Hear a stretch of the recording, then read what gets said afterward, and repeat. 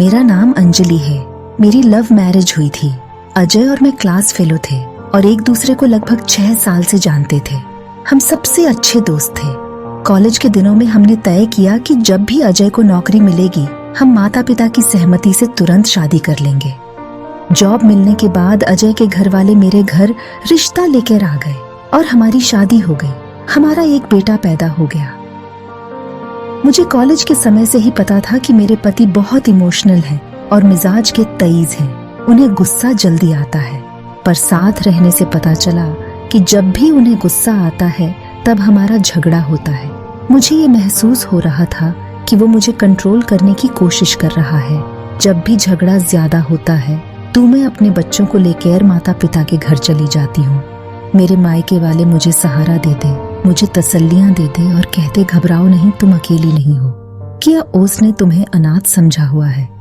मेरी बहनें अजय को फोन करती हैं और गुस्से में बात करती हैं। कुछ दिनों तक सुलह सफाई हो जाती है और मैं घर आ जाती हूँ।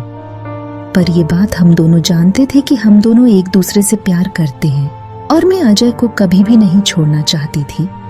लेकिन जब भी हम लड़ते थे तो मैं एक बात हमेशा उससे कहती थी कि अगर वह मुझे छोड़ना चाहता है तो तुम छोड़ सकते हो। मुझे पता था ये मैं सब अपने दिल पर पत्थर रखकर कहती थी, लेकिन सच तो ये है कि मैं अपने पति के बिना नहीं रह सकती थी। एक बार हमारा झगड़ा इतना बढ़ा कि अजय ने पहली बार मुझे घर से निकाल दिया और मैं सीधा अपनी माता पिता के घर आ गई। मेरे घर वाले मुझे लेकर सीधा पुलिस स्टेशन चले आए। मेरे पति गिरफ्तार हो गए। मेरी सास की कॉल आई और बोली तुम केस वापस ले लो। मेरे पति ने मुझसे माफी मांगी और कहा कि अगली बार मैं ऐसा कुछ नहीं करूंगा। मैंने केस वापस ले लिया और वापस अपने घर चली गई। 3 महीने बाद हमारा फिर से झगड़ा हो गया और मैं हमेशा की तरह बच्चा उठा केर अपने मायके चली आई। 2 दिन बाद मुझे पता चला कि मेरे पति बीमार होकर अस्पताल में है। मेरे घर वालों ने मुझे बोला कि मुझे उन्हें देखने जाने की कोई जरूरत नहीं है।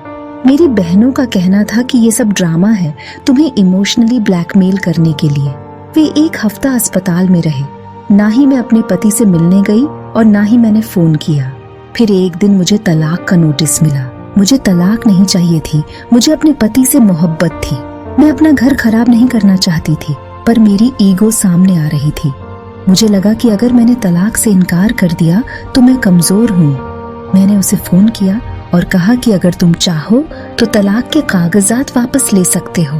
कोर्ट में हमारा मामला आसानी से निपट गया। मेरे पति ने मेरी सभी मांगें पूरी करने की बात स्वीकार की, जैसा कि बच्चा मेरे पास रहेगा और मासिक खर्चा भी। उन्होंने कहा कि मुझे आपकी सभी शर्तें मंजूर हैं, लेकिन मुझे केवल तलाक चाहिए। फिर आखिरकार उसने मुझे तलाक दे दिया। मेरे पति ने कुछ समय बाद दूसरी शादी कर ली, पर मेरे बच्चों से जरूर मिलने आते थे। उसकी हर जरूरत का ध्यान रखते हैं। बच्चे का खर्चा भी मुझे रेगुलर मिलता है, बल्कि मेरा गुजारा भी उन्हें पैसों से होता है। मैं अपने बच्चे के साथ अपने मायके में रहती हूँ। मेरी वे बहनें जो खुद फोन करके मेरे पति को बातें सुनाती थीं, अब बोलती हैं ये सब तुम्हारा कसूर था।